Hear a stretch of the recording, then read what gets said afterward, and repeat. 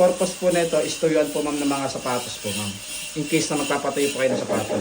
Hindi po porkit na nilabahan po natin siya ng manual, yung sapatos po ma'am. Diretso agad natin salang. Huwag po natin gagawin po ma'am pagkalimbawa kakalaba lang po kasi natulo pa po yung tubig, sasalang agad natin. Huwag po natin po yung gagawin mo kasi hindi po siya mag 100% ma'am. Ang gawin na po natin ma'am habang nilabahan niyo po siya, sampay niyo po ma'am. Iahang niyo po muna siya. Para pagka medyo damp na lang po, pwede niyo po siya isa lang. Ang paggamit po nito ma'am, ito pong kulay silver na to, papasok na po sa gitna sa color blue. Dito po sa gitna. Okay. Yan po, tapos yan po, papasok na po sa dito. Okay? Tapos kung itatanong niyo po kung sasabay po sa ikot, hindi po yan ma'am. Okay po, ang pagtanggal naman po ma'am, kung sakaling mga damit na po isasalang nyo, angat nyo lang po, sabay hila lang. Tapos na-open lang po siya. Yan, para mahugasan nyo po siya. Pero pag kalimbawang puno na po siya ng himulmol or ng lint, tanggalin niyo po muna bago niyo po siya hugasan. Kasi ito rin po ma'am ganun din. Bali dalawa po siya. Okay?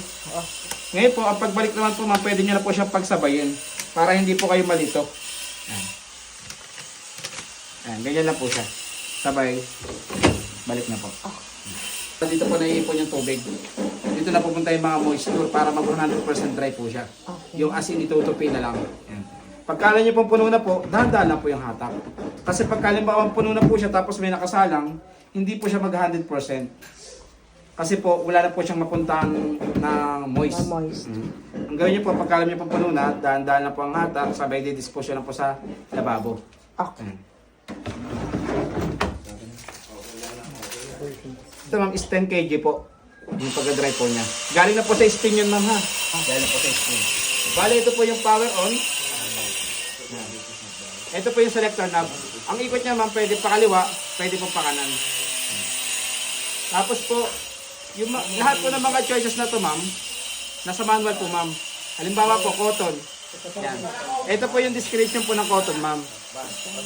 Tapos sa speed 30 naman po ma'am, ito naman po yung description ng speed 30. Bali, bawat choices po, may mga kanya-kanya na po siyang mga choices. May mga kanya-kanya na po siyang mga description po ma'am. Okay? Kaya ito pong manual po ma'am, ingatan niyo po siya na hindi po dapat mawala or mabasa po kasi 1:1 na po siya kay LG. Ano po? Meron tayo dito tatawag na dry level. Kung gusto niyo pong dagdag init, yung alimbawa mga pantalon na maong po yung nakasalang, pwede niyo po siyang gamitan ng extra dry. Tapos kung meron po kayong mga damit po dyan na takaw gusot, pagka halimbawang winashing, pwede niyo po siyang i-dryer po ma'am na may iron. Para hindi na po siya ganun kahirap i-planchahin. Ayan, pailawin niyo lang po ito. Ang normal dry po niya ma'am, ito pong cupboard. Tapos ito po ma'am, ginagamit lang po itong more time tsaka po less time. Dito lang po sa tatlong choices ma'am. From rock dry hanggang warm air. Ayan ma'am. Ayan. Pwede niyo po siyang full air, pwede po siyang dagdagan. Warm air, ganun din po. Bale, ito pong mga choices na to ma'am.